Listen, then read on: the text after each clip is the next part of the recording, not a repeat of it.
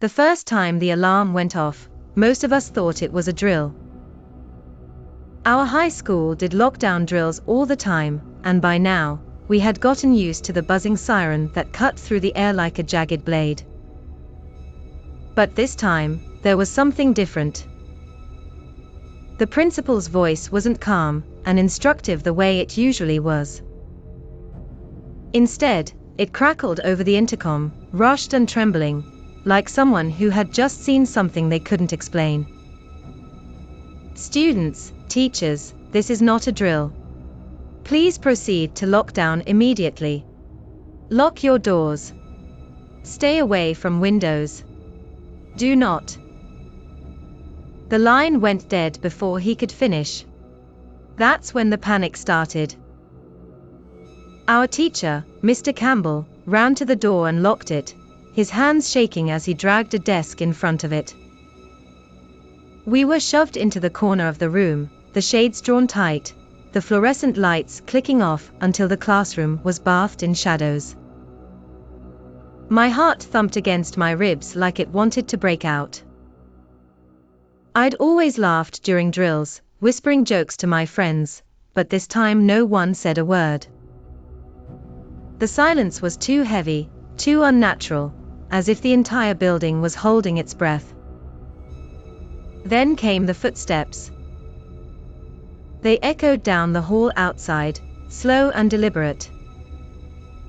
Not the hurried steps of a police officer, not the frantic pounding of a teacher. These were dragging, uneven, as if whatever was walking out there wasn't used to walking at all. The sound grew louder, closer, until it stopped right outside our door. We all stared at the handle, watching as it twitched once, twice, like something was testing it. Then silence again. Nobody expected anything strange when Ms. Rivera walked in that morning. She was tall, with a smile that seemed too perfect, and eyes that flicked around the room like she was counting us.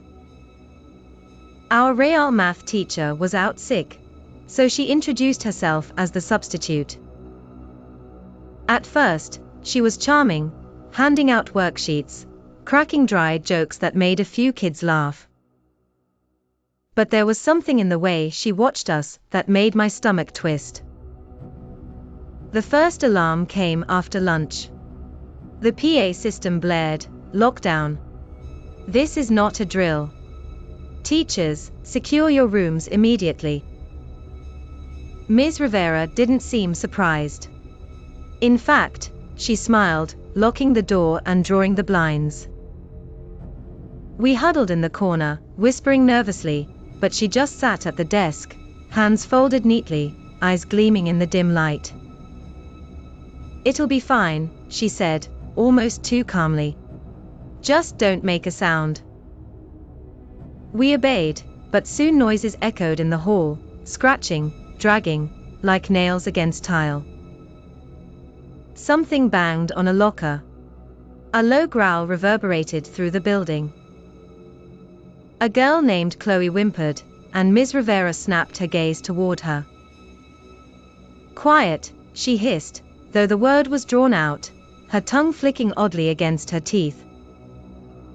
Chloe froze, tears rolling down her face.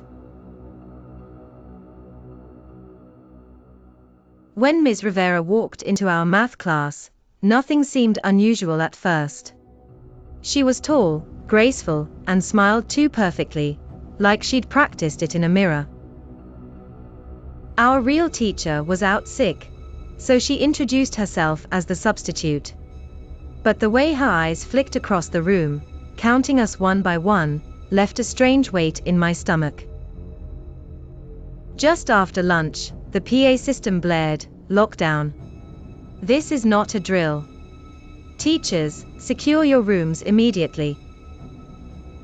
Fear surged through us, but Ms. Rivera didn't flinch. Calmly, almost happily, she locked the door, drew the blinds, and told us to be quiet.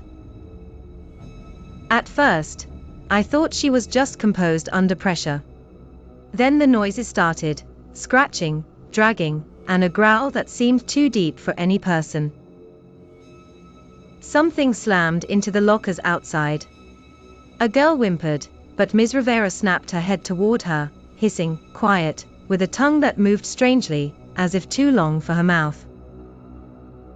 When the door handle rattled violently, we froze.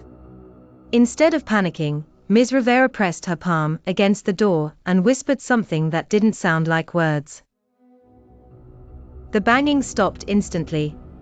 She turned back to us with that wide, flawless smile. "See? Nothing to fear," she said. Then she started calling names. Tyler went first. She leaned close, whispered into his ear, and his face went blank.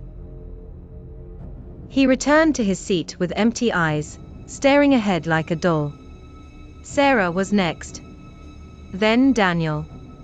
Each one came back hollow, no spark, no self.